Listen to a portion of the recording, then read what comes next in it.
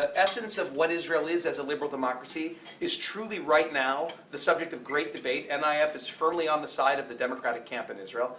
But you know, it's a funny thing, because Israel's a little country and it takes an inordinate amount of the attention of the world.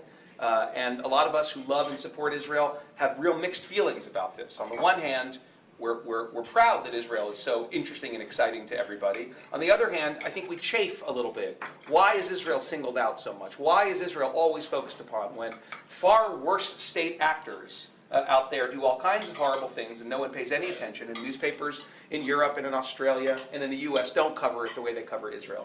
Well, I think that part of the answer to that comes from being a liberal democracy that's wrestling with its identity. Because like my country and like your country, Israel is a work in progress. Right? You don't suddenly declare yourself an independent country and a liberal democracy, and then you simply are that. This is a work in progress.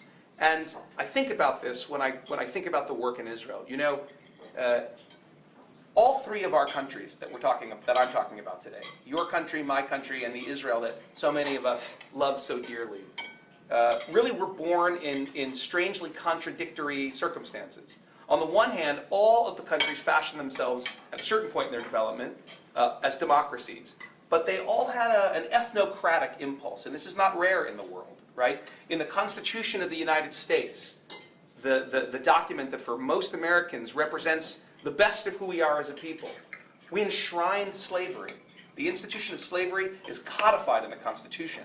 And immediately following the codification of slavery comes the Bill of Rights, or the First Amendments to the Constitution, which guarantee freedom of expression, which guarantee the equality, the God-given equality of all men. We say in our Declaration of Independence, in our Constitution, all men are created equal, right? Now, that has had to be extended over time to include black men, and then women, and Native Americans, right? So from the beginning, the American experiment was contradictory. It was a democracy that also was, for a time, an ethnocracy. That is to say, a country that really was in the service of one group of people who lived in the country, in this case, white Christian men.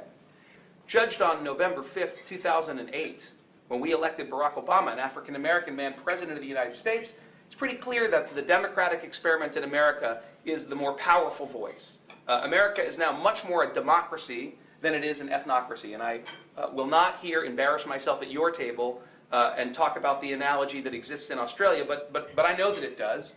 And I know that I was alive when you had a white Australia policy. And I know that the year that I was born, 1968, was the year the Civil Rights Act was passed in the United States.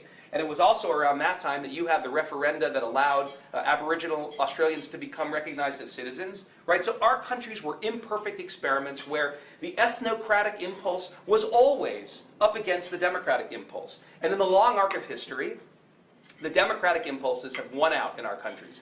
And I firmly believe that that is the struggle that's happening right now in Israel today. And I equally firmly believe that with the help of people like you and the work of the organizations the New Israel Fund supports and the millions of Israelis who stand for an Israeli democracy, that in that case too, the ethnocratic instincts and impulses that exist in Israel, just as they did in our countries, will ultimately be tamed by the democratic impulses, right? And I think a lot of the great Martin Luther King, who said in my country that the arc of the moral universe is long, but that it bends towards justice. And the New Israel Fund has the great privilege of working with hundreds of thousands of Israelis every day who are working to bend the arc towards justice in Israel, who are working to realize the founding values of the State of Israel, which is really the mission statement of the New Israel Fund. That Israel must be a Jewish homeland, a Jewish state, and at the same time it must be a free, open, and equal society for all of its citizens, and that these seemingly mutual or mutually incompatible imperatives are not, in fact, mutually exclusive and incompatible, and that the great holy work that we have as the heirs of the founders of Israel and the framers of Israel's Declaration of Independence is to work, always work, on the work in progress that is Israel, to harmonize those two pieces. So New Israel Fund stands for this idea that Israel can be the state of the Jewish people, while at the same time the state of all of its citizens. And that gray zone was something that the founders of the State of Israel were well aware of. But they refused to choose between the two sides, and they said, our work is to work in that middle. And that's what NIF is all about. Within Israel, our champions have come from the most unlikely sources. There is a wing of the Likud party that still remembers that revisionist Zionism under Jabotinsky was not only about territorial maximalism, which it was, but also about individual rights and liberties. These guys are true Democrats. And they have become, as you can hear, my heroes because of the way they have stood up against the tide in their own party. An amazing group of people began to gather around the New Israel Fund, including a former Attorney General, a former Deputy Attorney General, both of whom joined our international committee. They were joined with a Brigadier General who was the former administrator of the occupied territories, Israel's most recent Nobel Prize laureate, 7 Israel Prize winners. These people all began coming to the New Israel Fund because in Israel it was understood that there is really a fight right now for the future of Israel against the ethnocratic vision and the democratic vision. And the people who are in favor of the ethnocratic vision, to their great credit, they are sincere in believing that Israel is too open and too democratic. They truly believe, sincerely, that a safer, more secure Israel must be more closed and less democratic. It must have a more centralized bureaucracy that privileges one ethnic group, of course the Jewish ethnic group, in different kinds of ways over all others. And then there are Israelis who believe that that's not the right way forward, that the success of Israel in the world is in continuing to wrestle with its somewhat contradictory, but ultimately, I believe, harmonizable founding virtues and values.